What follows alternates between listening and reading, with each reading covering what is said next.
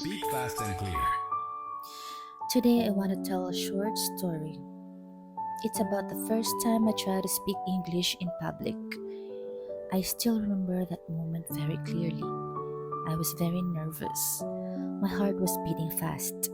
My hands felt a little cold, and in my mind, one question kept repeating: what if I make a mistake? That question stayed in my head the whole time. Before I opened my mouth, I already imagined the worst situation. Maybe people would laugh. Maybe people would judge my accent. Maybe they would think my English was bad. So for a few seconds, I almost stayed silent. But something inside me said, just try. So I started speaking. And guess what happened? Nothing dramatic. Nobody laughed. Nobody stopped me. Nobody said anything bad. Actually, most people just listened.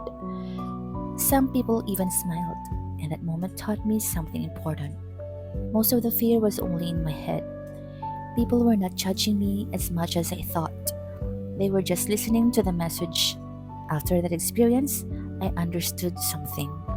When we learn a language, we focus too much on mistakes. But communication is not about perfect grammar. It's about sharing ideas. If your idea is clear, people will understand you. And when people understand you, that is already a success. Since that day, I still feel nervous sometimes. But the fear is smaller now because I already proved something to myself. I can speak. Maybe not perfectly, maybe not smoothly, but I can speak. And every time I speak, I get a little better. That's how progress works. Small steps, small courage. Read it many times. So if you're afraid to speak English, your first step doesn't have to be perfect. It just has to happen, and once it happens, the next step becomes easier.